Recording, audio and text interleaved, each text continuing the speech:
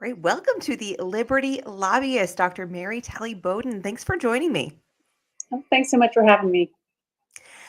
So, obviously, I didn't know you or of you before COVID. You want to tell us a little bit about your background? I don't know anything about you pre COVID.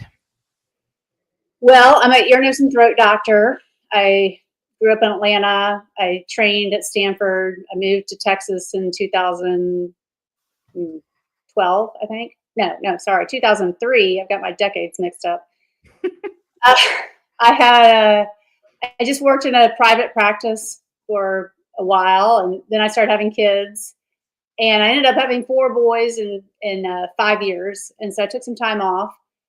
And I wasn't even sure I was going to go back, but I had an itch that I had to scratch, and I ended up opening up a solo practice 6 months before the pandemic hit, and sort of stumbled into COVID. I mean, as ear, nose, and throat, we see respiratory tract infections, not unusual. And so when patients started coming in needing help, I just did what I thought I was supposed to do.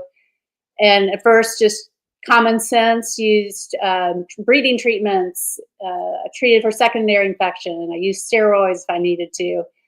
I briefly tried hydroxychloroquine, but the government, our Texas government, shut it down. I mean, we were prohibited from using it temporarily. Then I Wow. used monoclonal antibodies. Those worked great. And then the government took over distribution. And that's when I turned to ivermectin. And so I had already had I was known in town as a place to go get treatment for COVID. And then when I couldn't get monoclonal antibodies anymore, then I thought, well, let me try ivermectin. And I was actually nervous about using it because of all the hype. But I really dug into the safety. And once I knew it was safe, then I thought, well, why not try it? And then I found that it did work. So, everything that I've been doing is very firsthand. I've never treated this many patients with a single disease in my career. I doubt I ever will again, because for a few years, all I saw was COVID day in and day out. And we opened our clinic to 7 days a week. So I soon became an expert with not what I expected at all. And then I just got in trouble because I started sharing what I was seeing publicly. I had no idea that you had only started that practice 6 months before COVID. That Yes. is wild. And then, of course, I mean, tell me why it is you're an ear, nose, and throat doctor. You would think going into a respiratory viral pandemic that it would be people like you that people would look to, health officials would look to, government officials would look to, and why it was that you were so I mean, there weren't that many people willing to actually just treat the symptoms that they were seeing. Why is it that you think that doctors were so reticent, even before like kind of the persecutions?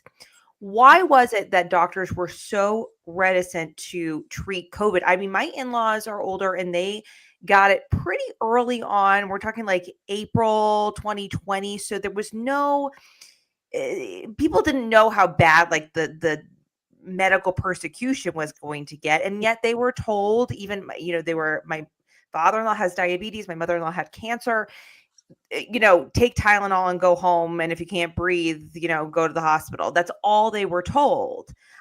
Why is it that the people were so reticent to treat? Well, I remember when it first came out thinking, well, this is not going to be my problem. This is going to it's going to all take place in the hospitals. I really thought, when you watch something on the news, you're like, that could never happen to me. Yeah. Um, and, but, if people showed up, I wasn't going to say, oh no. I mean, that's just contrary to how I was trained, and contrary to basic medical ethics. Yeah. But I think it was part of it was fear that, and part of it was, well, if I don't have to do it, why not just let the hospitals deal with it? Yeah. And, you probably have staffing issues. It's, hard as an outpatient physician to, keep it staffed when there's people getting sick all the time, or there's fear and exposure and all that.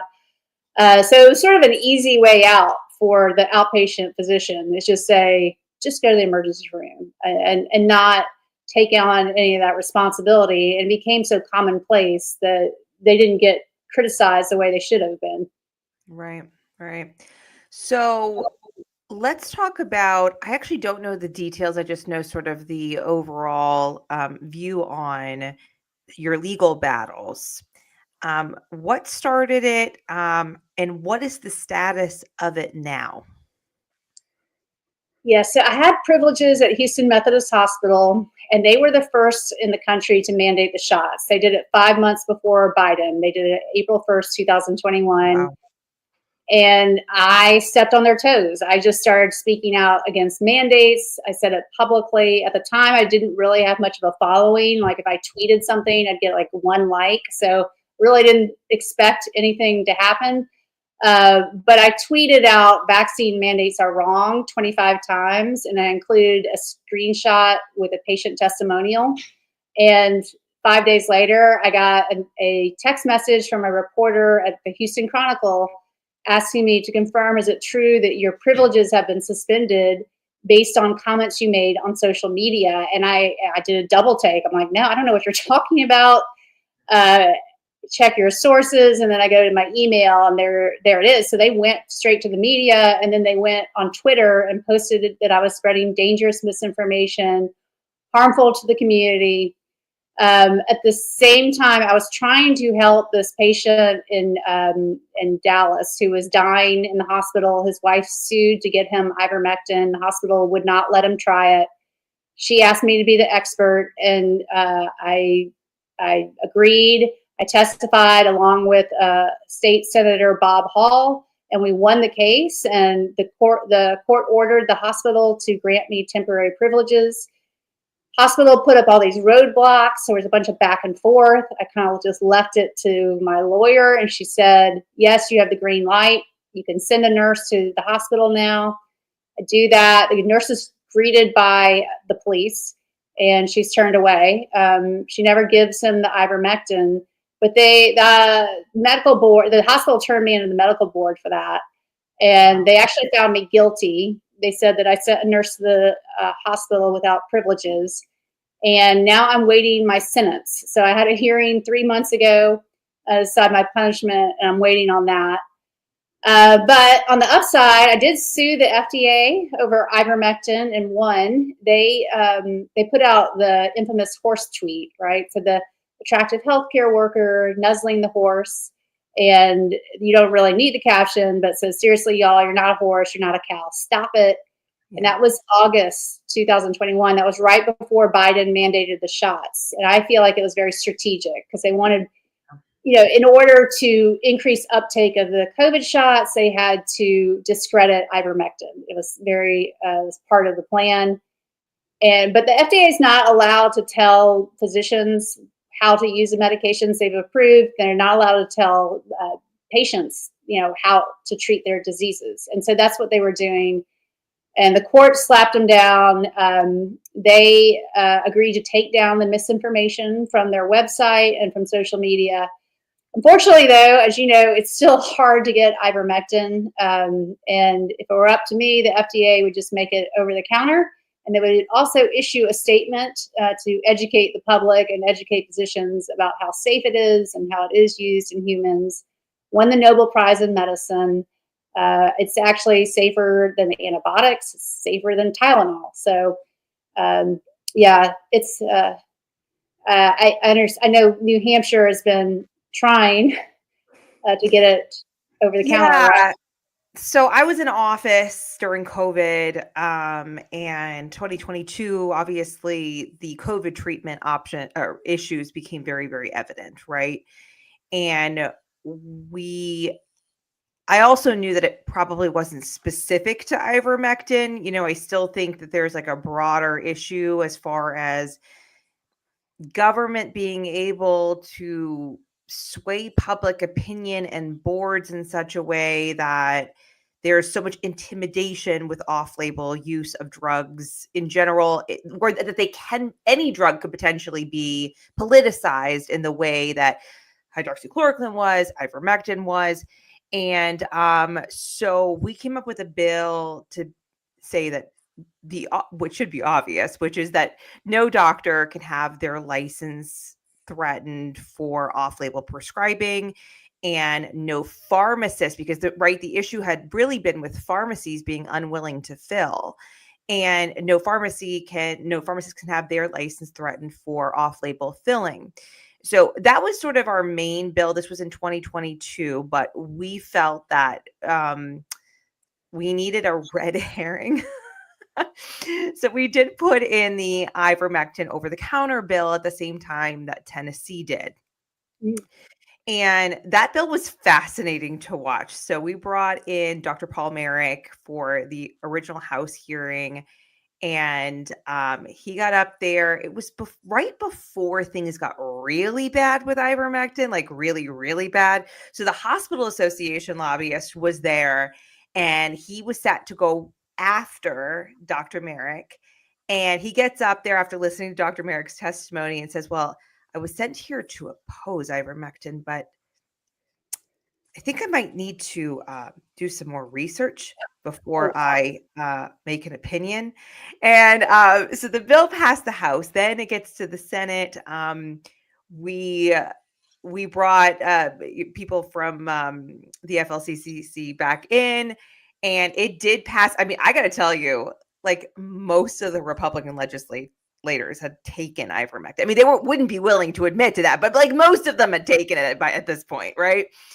So it passed. It got all the way to the governor's desk. It did work as intended. The other bill got signed, and he vetoed this one. This is Governor Sununu. He was very much like I have the scales, and I have to check, my roster in both places. But so he vetoed the ivermectin bill. But then it was your efforts bringing awareness to this issue, and I want to talk a little bit about that. So you have really started a push across the country of making ivermectin over the counter again. And I hadn't had anybody put that bill back in, but because of your efforts, I started getting legislators coming to me and being like, we should do this, we should do this, we should do this again. Tell me about what you've been doing with that. Well, just basically tracking it, just really trying to get the message out. I think there were 14 states with I should go look, but it's on my X account. I think at one point there were 14 states that had bills proposed to make ivermectin over the counter. Yep. And as of now, 4 have passed. So Tennessee in 2022, and then most recently Idaho, Arkansas, and Louisiana. Texas came close. I mean, sort of. It never even really got a proper hearing in the House, and they're trying to get it on the special session, but I'm not so sure that. I mean, Texas is not what people think. North Carolina, I think, still has a chance, but yeah, we'll see. I mean, what I've been hearing though is, at least in Arkansas, that they're having problems, even though there's a law, it hasn't really happened. And because the pharmacists are using excuses like, well, it's not packaged properly, or I don't know. I think really difficult to make it. So technically speaking, only the feds can make something over the counter, right? So we have workaround laws at the state level, which are something I particularly like to work to do activism in. I'm always trying to get around the feds. And the workaround really is that there are such thing as a standing order over the counter, right? So in New Hampshire, we have a couple of drugs, like birth control is available over the counter via standing order. I don't know, naltrexone, like there's a couple other ones like that. And that's sort of the workaround for it. And that's what we were trying to do here. So what we ended up doing this year, because by the time the legislators saw your activism on the subject and came to me, it was past the bill submission period. So I had heard that the senator who is the chair of the Senate Health and Human Services Committee, who is a pharmacist, was very, very in favor of ivermectin over the counter. Oh, So good. I called him, and I got to tell you, the Senate is definitely the worst chamber in New Hampshire by a landslide. So I'm thinking, well, if that's the case, then maybe we can really do this, right? Right. So I called him, and he was like, "Oh yeah, that's why I originally ran for office, was when that bill got vetoed in 2022, and so I definitely want to do this." So he helped me write the language to get put onto a bill that had already passed the Senate on a similar subject. And it was in the House, and we had a non-germane amendment hearing. So you have to have a special hearing if you want to add an amendment that's not germane to the bill. So we did that. The House passed the amendment. Great. Goes on to the Senate. I fully expected that bill would have no problem sailing through. They have a Republican supermajority in the New Hampshire Senate. The head of the committee where it was going to, who would make the decision to make a motion to pass it, had helped me write it. Right. And then I watched the session, and it got killed unanimously without any words at all. And Unanimously. I have tried contacting him since then, and he has completely ghosted me. Wow. He So helped you write it, and he yes, what? I can't figure out what happened, and he won't contact me. He won't call me back. So I have you and I talked about it a little bit over Twitter, and I'm like, I don't really know what happened. I really thought if it passed the House, it's a done deal, because the man who helped me write it is in charge of making the motion to pass it, and he made a motion to kill it. What's his name? His name is Senator David Rochefort, I think is how you say his name. As Yeah, in the cheese? Rochefort. That's how you say it. Okay. All right, I'll look him up. I was truly astounded. I've never seen anything quite like it. We might try again next year. We'll see. I still, we did get the bill passed, like I said, in 2022, that pharmacists can't have their license threatened, and things did get a little bit better. The big, like, CVS, Walgreens, all the big chains, they had policies that were coming down from corporate, and I didn't really notice a shift with them. It was the smaller pharmacies that were like, "Oh yeah, fine, yeah, I'll fill, no problem now." You know what I mean? Right. So, things did get better, but let's talk about your other initiative, which is pulling the COVID vaccines from the market. You came up with a pledge for legislators, and I love that idea. Tell us about that. Yeah. So some people criticize me for being too one issue, but to me, it's a litmus test. Yeah.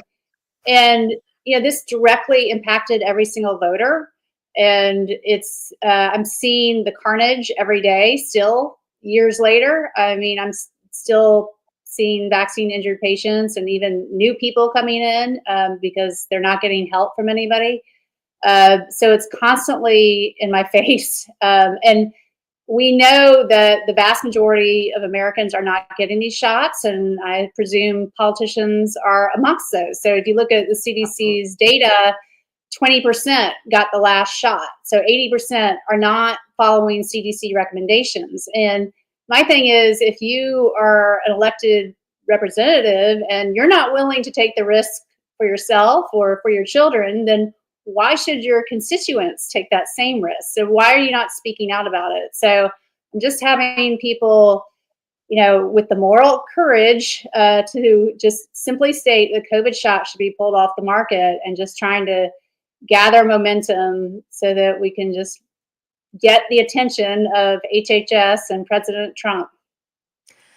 You got originally a ton of state legislators, and I have to tell you, state legislators are so much better than federal ones.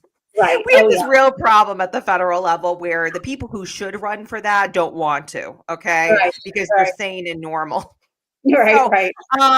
yeah, state legislators tend to be, just Yeah. heads above. Do you have any federal legislators who have signed the pledge? Only three: Marjorie Taylor Greene, Thomas Massey, and Senator Ron Johnson. So, and it's disappointing I feel because like I they're could have guessed that list. yeah, exactly. But Nancy Mace admits to having an injury.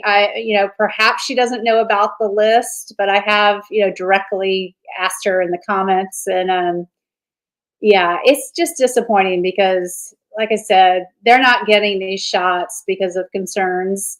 We know they don't work, and but the CDC, our federal government, saying everybody should get one. So if they're ignoring the CDC, they need to speak up.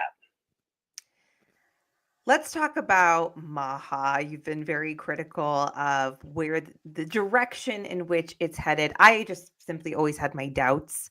I was never convinced that it was a great, we were all very excited in a way when RFK got the position, and it seemed like there was potential. I just never really thought that much would be different.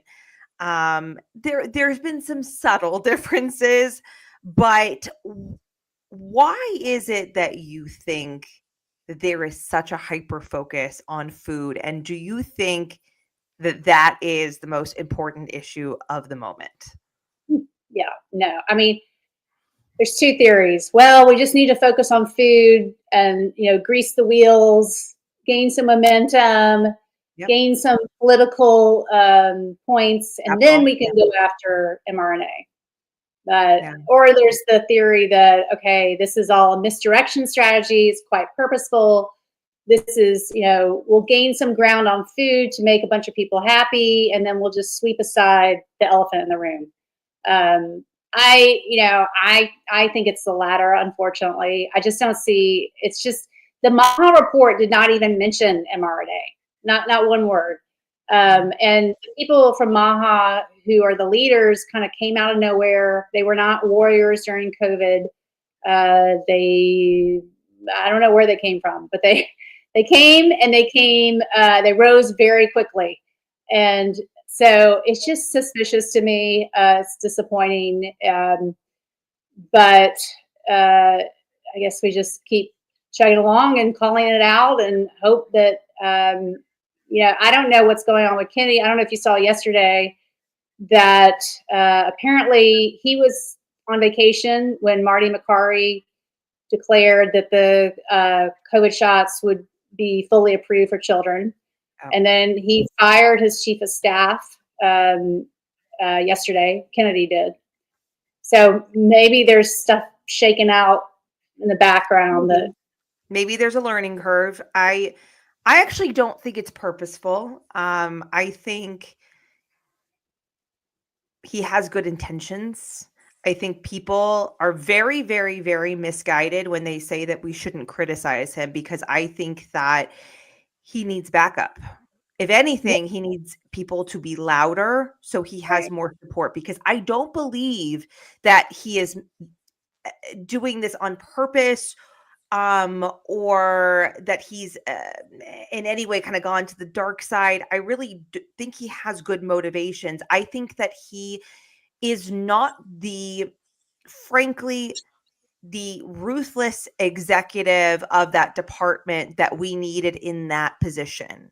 I Mm-hmm. think he's very good at running an NGO, and I think that is incredibly different than running a department of the federal government. Right. Yeah. Well, and when I say Maha, I don't even include him. I'm Yeah, thinking of all the activists in Maha. sure. Yeah, I kind of think And there's the something. people who have surrounded themselves, right? We have the means. I don't even know what to make of some of these people who have been very connected to him only as he was getting in there and Right. never before. I worry that he's a little bit too trusting, Right. like almost like too pure-hearted and too trusting Right. of the system in a way, and Right. the people around him. You and I probably did talk to the same person. I'm not gonna like name any names, but I got interviewed for a position in Maha like in November, right? And in the admin that was supposedly coming, and I actually didn't realize that that's what the call was about until I was like in it. But the person who was interviewing me, who supposedly was working just under Bobby, said, oh, you're a medical freedom activist. Well, hopefully after 4 years, I don't think that we're going to have the need of your services anymore. And I thought, oh, that's so sweet and naive and Yeah, silly. you know? But I think he's struggling, and I think that our message should be that we need to be louder in support and not be like, "Oh, sit down and shut up because, he's doing the best he can and you don't right, understand what's going on behind the scene." No, right, if we all sit down and shut up, then they think that we're just fine with everything that's right. going on. Exactly. Yes. I feel like initially people were really against criticizing him, but I feel like that's loosened up a little bit A little bit. as time has gone on. And Yeah. Trump too. People are obviously with the whole Epstein thing. You're seeing this whole wow. People are criticizing Trump for the first time. So it's interesting. Yeah, except that the polls just came out showing that Republican voters support him more than ever. So some of that is like, Twitter noise that's not quite real kind of thing. He does feel it, but it's not necessarily real. I am concerned about this hyper focus on food, and not just because it distracts from what are the bigger issues. I almost think it kind of discredits him a bit. Do you agree with that? Because he's out there with this message that if we take all sugar products and convert them to natural sugar instead of corn syrup, and if we eliminate all food dyes, all chronic disease is going to go away. That is not true. Well, yeah, I've said that. It's like seed oil, eliminating seed oils is not going to solve our obesity problem, right? I mean, No. sure, there's validity to seed oils and obesity, but it's much more than that. You can't just take these little steps and expect to see a huge A corn impact. syrup Coke versus a sugar Coke is the same amount of sugar at the end of the day. Right, right. I It, just it's waste of political capital, in my opinion. Yes, and I think it really does harm his overall mission because I Right, don't think it's credible. right, There are listen, I never buy anything with artificial food color in my house. Okay, ever. That's my choice. Um, However, I could get just as fat on eating things that have no artificial food colors. And that's just a reality. I could right, get just as unhealthy, frankly, right. eating too much of things that don't have artificial food colors or don't have corn syrup. And so I just think, and this was my concern when he was going in there, even before he really got going, was if he focuses on things like this, the medical community is going to have even more ammunition against him Yeah. than they do now. Do you agree with that? I totally agree. It's sort of pop medicine that's not, it's kind of fluffy.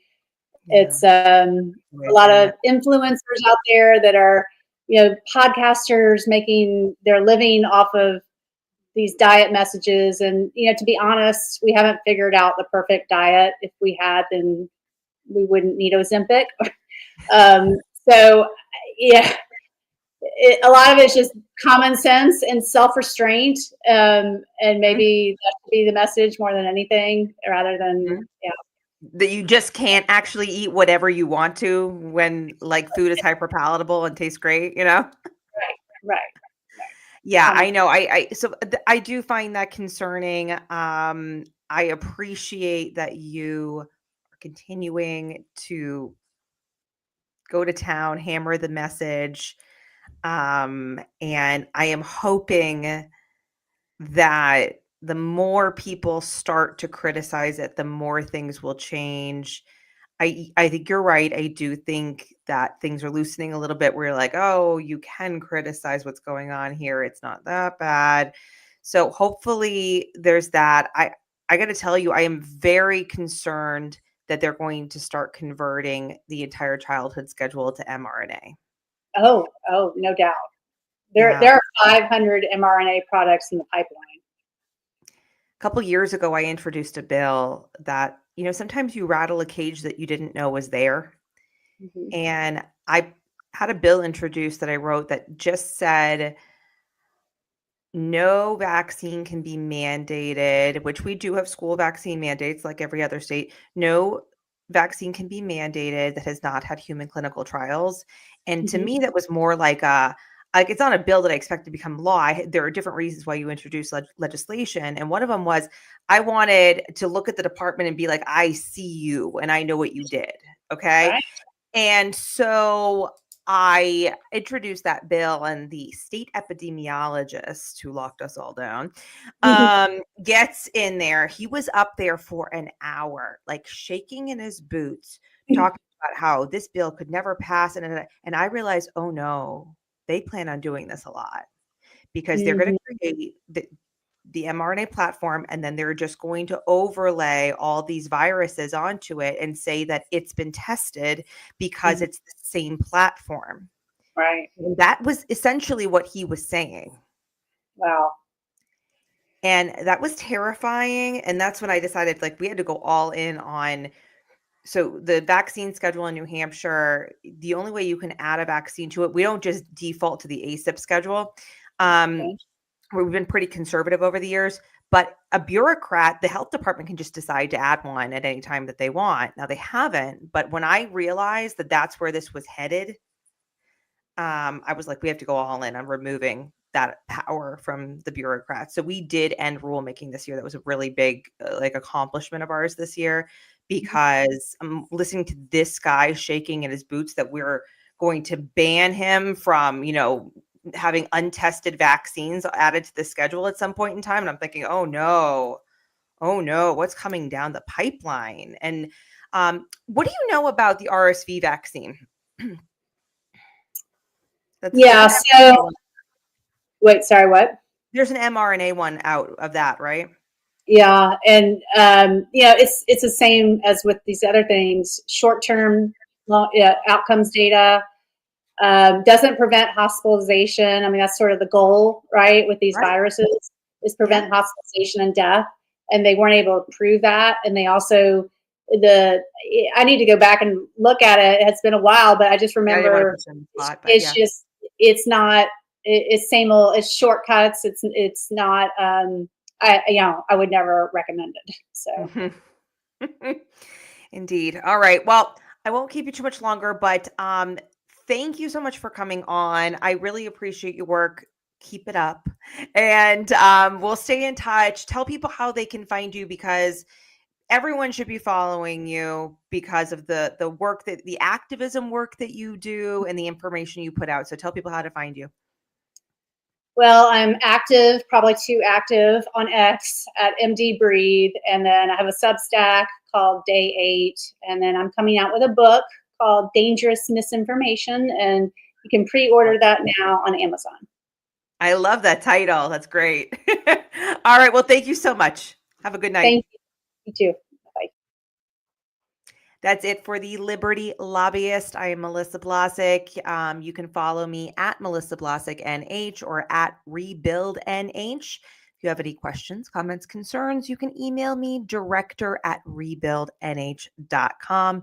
Until next time.